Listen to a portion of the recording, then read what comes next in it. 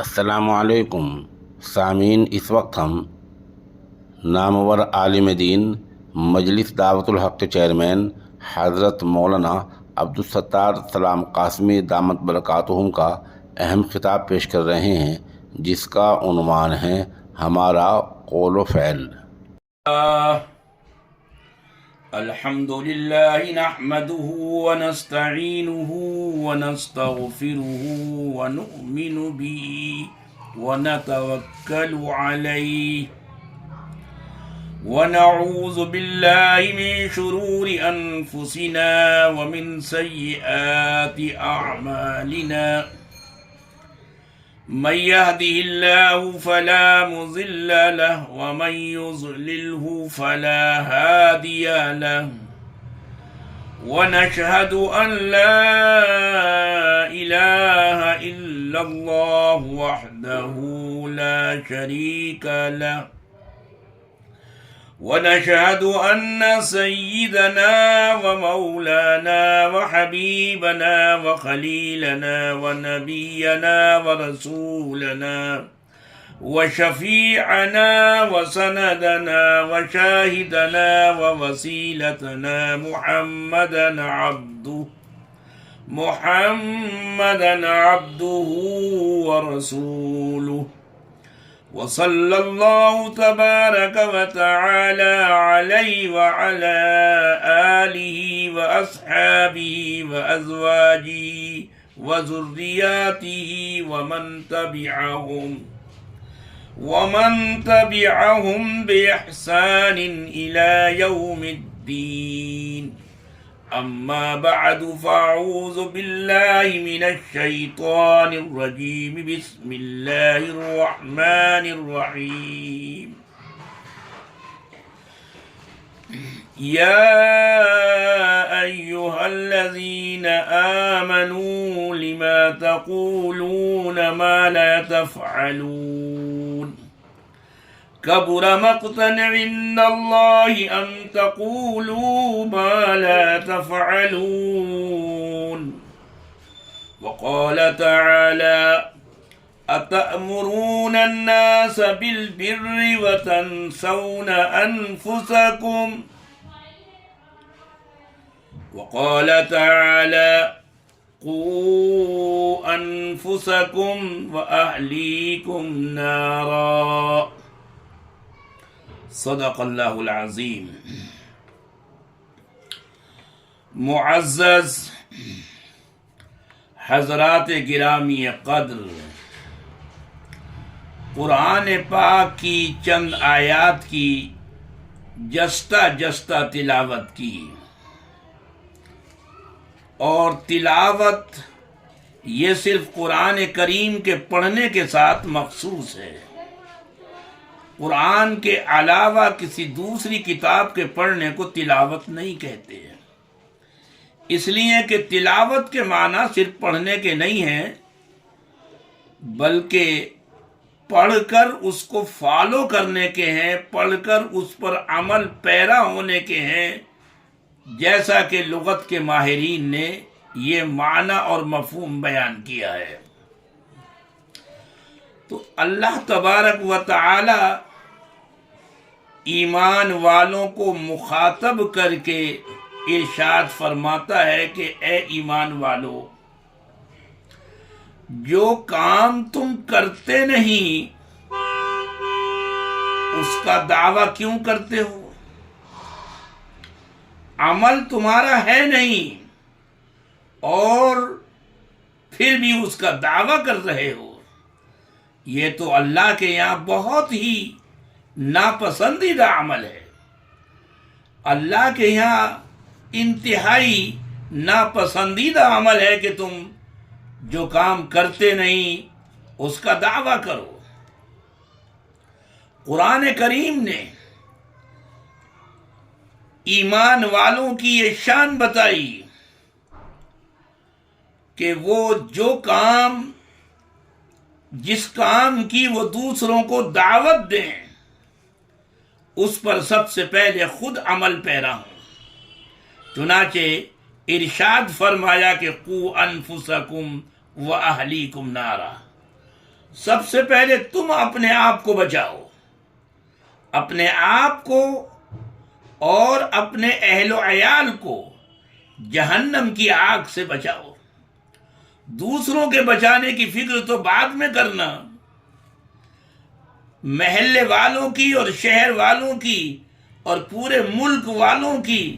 فکر تو بعد میں کرنا، سب سے پہلے تم اپنی فکر کرو۔ سارے جہان کی فکر تو تمہارے دل میں ہو، لیکن خود تم اپنے آپ کو بھولے ہوئے ہو، خود تمہارا عمل اس کے خلاف ہو، اور تمام دنیا میں تم دعوت دے رہے ہو، تو یہ ایمان والے کی شان نہیں ہے۔ سب سے پہلے اپنی فکر کرو، اپنے اہل و عیال کی فکر کرو کہ ان کو جہنم کی آگ سے بچائیں۔ اللہ کے نبی صلی اللہ علیہ وسلم نے اس کا بڑا خیال رکھا ہے، اور قرآن کہتا ہے کہ لَقَدْ كَانَ لَكُمْ فِي رَسُولِ اللَّهِ أُسْوَةٌ حَسَنَةٌ، کہ رسول اللہ صلی اللہ علیہ وسلم کی لائف اور زندگی اور آپ کی حیات مبارکہ وہ آئیڈیل ہے، وہ نمونہ ہے، وہ اسوہ ہے۔ رسول پاک صلی اللہ علیہ وسلم حجۃ الوداع میں، جو آپ کا پہلا حج ہے اور آخری حج بھی ہے، وہی پہلا ہے وہی آخری ہے، تقریباً 1,24,000 کا مجمع ہے۔ آپ نے فرمایا کہ جاہلیت کے زمانے کا جو خون چلا آ رہا ہے، خون کے بدلہ خون، خون کے بدلے خون، ایک رسم چلی آ رہی ہے، ایک روایت چلی آ رہی ہے کہ خون کے بدلے خون، وہ جنگ وہ 10 سال بھی نہیں، 10 سال میں بھی نہیں نبٹتی، 20 سال اور 50 سال اور 70 سال لڑائیاں ہوتی رہیں، صرف اس بات پر کہ ایک عورت انڈا چرا کر لے گئی، یا ایک شخص کا گھوڑا دوسرے کے گھوڑے سے آگے نکل گیا ریس میں، تو اس بات پر جنگ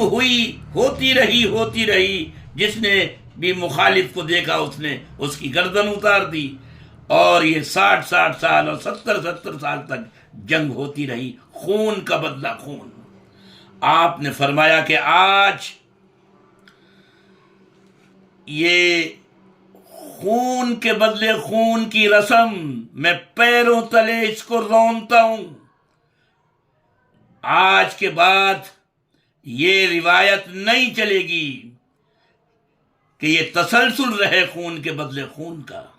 اور اس کی ابتدا اور آغاز اور شروعات میں اپنے گھر سے کرتا ہوں کہ ربیعہ ابن حارث جس کا خون کر دیا تھا قبیلہ حذیل میں ایک شخص نے، اور وہ چلا آ رہا ہے، ہم اس کو معاف کرتے ہیں، اس کا بدلہ نہیں لیں گے، میں سب سے پہلے اپنے گھر سے اس کی ابتدا کرتا ہوں۔ آپ نے فرمایا کہ سودی کاروبار آج کے بعد وہ سب میرے پیروں تلے ہیں، وہ سب حرام اور ناجائز ہیں، اور میں سب سے پہلے اس کا آغاز اور اس کی ابتدا وہ اپنے گھر سے کرتا ہوں۔ میرے چچا حضرت عباس جن کا بڑا لمبا چوڑا کاروبار تھا اور ہزاروں اور لاکھوں لوگوں کے اوپر سودی رقم تھی ان کی، میں اس سب کو ختم کرتا ہوں۔ آپ نے اپنے گھر سے اس کی شروعات کی۔ تو میرے عزیزوں اور دوستوں، ہر عمل خیر کی ابتدا انسان خود کرے اور پھر دوسروں کو ترغیب دے تو اس کا ایک اثر ہوتا ہے۔ خود عمل نہ کرے اور دوسرے کو ترغیب کر رہا ہے، یہ کوئی چیز معنی نہیں رکھتی۔ آج ہم دیکھتے ہیں کہ محراب و منبر پر کچھ ایسے نوجوان جو علم سے بھی خالی اور عقل سے بھی عاری ہیں، نہ ان کے پاس علم ہے کہ وہ قرآن پاک کی ایک آیت کی تفسیر کر سکیں، اور تفسیر تو بڑی بات ہے، اس کا صحیح ترجمہ کر سکیں۔ ان کو بلی کے بھاگوں چیخا ٹوٹا، ان کو ایک ممبر مل گیا، ان کو ایک جگہ مل گئی، اب وہ علم سے خالی اور عقل سے عاری وہ ایسی ایسی اوٹ پٹانگ باتیں کرتا ہے، خود گناہوں میں مبتلا ہے، خود ان حرام کاموں میں مبتلا ہے جس کی وہ دوسروں کو جس کی نکیر کر رہا ہے، خود شادی بیاہ کے اندر جہاں دیگے بجتے ہیں، جہاں خرافات ہوتی ہیں، منکرات ہوتے ہیں، جہاں حرام چیزیں اس گانے باجے کے ساتھ شادی بیاہوں میں ہوتی ہیں، غیر مسلموں کے یہاں ہوتی ہیں، وہ تمام خرافات وہاں وہ بڑے شان و شوکت کے ساتھ وہ شریک ہوتا ہے، لیکن دوسروں کو بڑے زور و شور کے ساتھ وہ نکیر کرتا ہے کہ یہ حرام ہے، یہ ناجائز ہے۔ آدمی کو خود اپنا آپا دیکھنا چاہیے، اپنے گریبان میں منہ ڈال کر دیکھنا چاہیے کہ کیا میں اس معیار پر خود پورا اتر رہا ہوں؟ پھر اتنا ہی نہیں، زور خطابت میں وہ ایک لکڑی سے تمام مولویوں کو ہانکنے کی ناکام کوشش کرتا ہے، جس کو خود لفظ مولوی کا ترجمہ نہیں معلوم کہ مولوی کتنا عظیم لفظ ہے، جس کے باپ دادا پورا خاندان، پورا شجرہ مولویوں کا، مولوی جن کی پیشانی کا تاج، جن کی پیشانیوں کا نور، جن کی عظمت مولویت سے تھی، علم سے تھی، لیکن یہ ایسا بے علمہ اور بے عقلہ انسان کہ جس کو علم نام کی کوئی شے نہیں، اور وہ مولویوں پر ایک طرف سے تمام مولوی، تمام ہندوستان کے مولویوں کو وہ ہانک رہا ہے۔ خدا سے ڈرنا چاہیے، خدا کا خوف کھانا چاہیے۔ صرف اتنا ہی نہیں کرتا، یہ بد دماغ شخص دارالعلوم دیوبند مادر علمی کو نہیں بخشنے کے لیے تیار، دارالعلوم دیوبند پر نکیر، ندوۃ العلماء پر نکیر، مظاہر العلوم پر نکیر، جامعہ ملیہ پر نکیر، علی گڑھ یونیورسٹی پر نکیر، صرف لوگوں کی واہ واہی لوٹنے کے لیے یہ مدارس اسلامیہ جو اسلام کا قلعہ ہیں، جو دین کا سوت ہیں، جو دین کا سر چشمہ ہیں، جن کے بل بوتے ہندوستان بر صغیر میں اسلام اللہ نے قائم رکھا ہے، یہ ان کو نشانہ بناتا ہے۔ آج کے ماحول میں جبکہ لوگ علم بیزار ہیں، علماء بیزار ہیں، مولوی بیزار ہیں، مدارس بیزار ہیں، بجائے اس کے کہ ان کی اصلاح کی جاتی، یہ ان کو اور ہوا دے رہا ہے، صرف لوگوں کی واہ واہی لوٹنے کے لیے۔ میرے عزیزوں اور دوستوں، اللہ تبارک و تعالی نے جگہ جگہ اس بات کے اوپر زور دیا ہے کہ تم ایسا کام کیوں کرتے ہو۔ بنی اسرائیل کے واقعات قرآن نے بیان کیے ہیں۔ لعن الذین کفروا من بنی اسرائیل علی لسان داؤد وعیسی ابن مریم، اللہ نے لعنت بھیجی ہے بنی اسرائیل پر حضرت داؤد کی زبانی اور حضرت عیسیٰ ابن مریم کی زبانی۔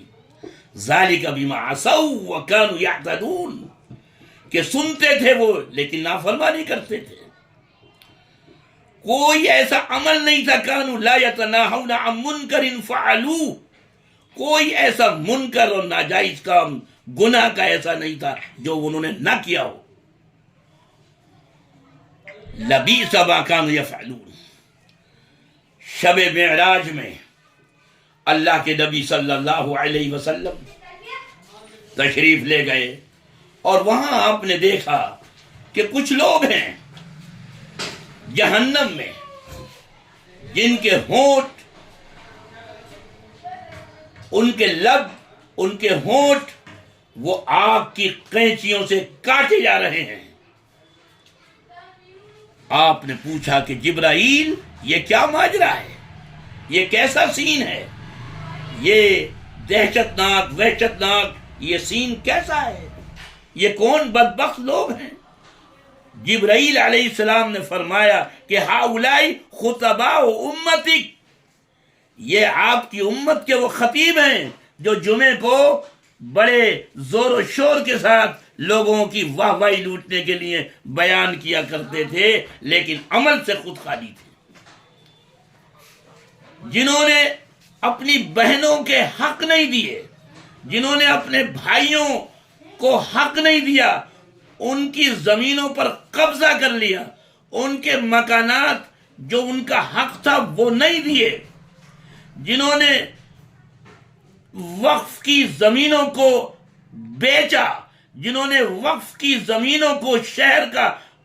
ہر شخص جانتا ہے کہ انہوں نے وقف کی جگہ کو، مسجدوں کی جگہ کو بیچا ہے، وہ لوگ اگر واعظ و نصیحت کریں تو سبحان اللہ کیا کہنے ہیں ایسے واعظین اور ایسے خطباء کے۔ حضرت عبداللہ ابن عمر رضی اللہ تعالی عنہ سے ایک شخص نے آ کر ایک مسئلہ پوچھا حج کے دوران کہ حضور مچھر مر گیا احرام کی حالت میں تو کیا دم آئے گا میرے اوپر؟ کیا مجھے اس کی پنالٹی دینی ہوگی؟ پوچھا بیٹا کہاں کے رہنے والے ہو؟ بینائی جا چکی تھی حضرت عبداللہ ابن عمر کی۔ پوچھا بیٹا کہاں کے رہنے والے ہو؟ اس نوجوان نے کہا کہ میں کوفہ کا ہوں۔ حضرت عبداللہ ابن عمر رضی اللہ تعالی عنہ نے فرمایا کہ تقتلون سبط الرسول، تم سبط رسول نواز رسول کو شہید کرتے ہو اور مجھ سے آ کر نہیں پوچھتے کہ اس دم کی پنالٹی کیا ہے، اس قتل کی کیا سزا ہمارے اوپر عائد ہوتی ہے، اور ایک مچھر مر جاتا ہے تو مجھ سے مسئلہ پوچھنے کے لیے آئے ہو۔ لوگوں کے حق کھا گئے، حق تلفی کر گئے، بہنوں کے حق مار لیے، بھائیوں کو چچاؤں کی زمینوں پر قبضہ کر لیا، مسجدوں کی جگہ پر قبضہ کر لیا، اور پھر لوگوں کو واعظ و نصیحت کیا کہنے۔ ابن عساکر نے لکھا ہے کہ جہنم میں کچھ ایسے لوگ دکھائی دیں گے کہ ان کو دیکھ کر جنتی کہیں گے ارے جناب آپ اور یہاں جہنم میں آپ جیسے خطیب، آپ جیسے امام اور جہنم میں سڑ رہے ہیں۔ ہم تو آپ کی باتیں سن سن کر، آپ کے جمعے کو خطبے کو سن سن کر ہم نے عمل کیا تو آج اللہ کے فضل و کرم سے ہم جنت میں ہیں، لیکن آپ خود کیوں جہنم میں پڑے ہوئے ہیں؟ ابن عساکر نے لکھا ہے کہ وہ یہ کہیں گے کہ ہم بیان تو کرتے تھے بڑے زور و شور کے ساتھ، جمعے میں بڑی واہ واہی لوٹتے تھے، کیا کہنے امام صاحب نے کیا بیان کر دیا، لیکن خود عمل ہمارا اس کے خلاف تھا۔ لوگوں سے تو کہتے تھے شادی بیاہوں میں جہاں ڈیگے بج رہے ہیں، جہاں اس طرح کی خرافات ہیں وہاں مت جاؤ، لیکن ہمارا کوئی عزیز، کوئی رشتہ دار، کوئی تعلق والا اگر اس کی شادی، اس کے بیٹے کی بیٹی کی اگر ایسی ہوئی تو ہم سب سے پہلے موجود ہیں۔ تو ہم کہتے تو تھے جمعے کے خطبے میں بڑی شان و شوکت کے ساتھ، لیکن عمل ہمارا اس کے خلاف تھا۔ یہ ابن عساکر کی روایت ہے۔ میرے عزیزوں اور دوستوں، افراد اور اشخاص سے اختلاف ہو سکتا ہے، کوئی ضروری نہیں کہ سب کا اتفاق مجھ سے ہو یا میرا اتفاق سب سے ہو، لیکن افراد و اشخاص کے اختلاف کو بیان کرنے کا بھی ایک دائرہ ہوتا ہے، کچھ حدود ہوتی ہیں۔ پھر مادر علمی کو اس درسگاہ کو، اس مصدر علم کو یہ برا کہنا، یہ تو نہایت درجے کی کم بختی کی علامت ہے، نحوست کی علامت ہے، بد نصیبی بدبختی کی علامت ہے۔ اس شخص کے اکابر اور اجداد لعنت بھیج رہے ہوں گے اس شخص پر جو ان کی جگہ آ کر اتفاق سے بیٹھ گیا کہ کمبخت، ہمارا امتیاز تھا دنیا میں تو علم اور عمل کی وجہ سے تھا، اور آج اور ان درسگاہوں کی وجہ سے تھا جہاں سے ہم فارغ تھے، اور آج تو اپنے منحوس منہ سے انہی دینی درسگاہوں پر تو تبرہ بھیج رہا ہے، ان افراد و اشخاص کے خلاف اپنی زبان چلا رہا ہے جو ہندوستان میں سرمایہ ملت ہیں، جو سہارا ہے اس امت کا، ملت کا، جو کھیون ہار ہے، تو انہی پر نکیر کر رہا ہے صرف واہ واہی لوٹنے کے لیے، سستی شہرت پانے کے لیے۔ اللہ تعالی ہم سب کو عمل کی توفیق عطا فرمائے، اللہ تعالی ہم سب کو یہ سوچنے اور سمجھنے کی فکر دے کہ ہم جس بات کو کہیں اس سے پہلے ہم خود عمل کریں، ہمارا عمل ہمارے قول کے موافق ہو، ہمارا قول اگر ہمارے عمل کے موافق ہے تو یہ ایمان کی نشانی ہے، اور ہمارا قول کچھ ہے، عمل کچھ ہے، تو یہ نفاق کی علامت ہے، یہ منافق کی علامت اللہ کے نبی صلی اللہ علیہ وسلم نے بتائی ہے۔ اور منافقوں کا حال اللہ نے کہا کہ ان المنافقین لفی الدرک الاسفل من النار، کہ منافق وہ جہنم کے سب سے نچلے تلے میں ان کو جھونکا جائے گا۔ اللہ تعالیٰ نفاق اعتقادی سے بھی ہماری حفاظت فرمائے، اور نفاق ظاہری اور نفاق عملی سے بھی ہم سب کی حفاظت فرمائے، اور ہمیں اپنے اکابر علماء کی عزت، احترام، توقیر کرنے کی توفیق عطا فرمائے۔ وآخر دعوانا ان الحمد للہ رب العالمین۔